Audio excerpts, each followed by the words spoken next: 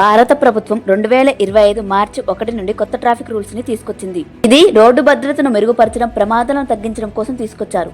India 5th worst country to drive on roads గా గుర్తింపు పొందింది.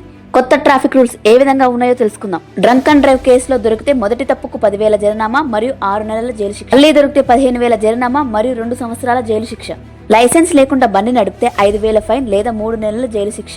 డ్రైవ్ చేస్తూ ఫోన్ మాట్లాడితే 5,000 రూపాయల fine. Helmet and seat belt లేకపోతే 1,000 రూపాయల ఫైన్ మరియు 3 నెలల డ్రైవింగ్ లైసెన్స్ ని రద్దు చేస్తారు. రెడ్ సిగ్నల్ దాటితే 5,000 రూపాయల fine. Rash driving, over speed గా పోతే 5,000 రూపాయల ఫైన్.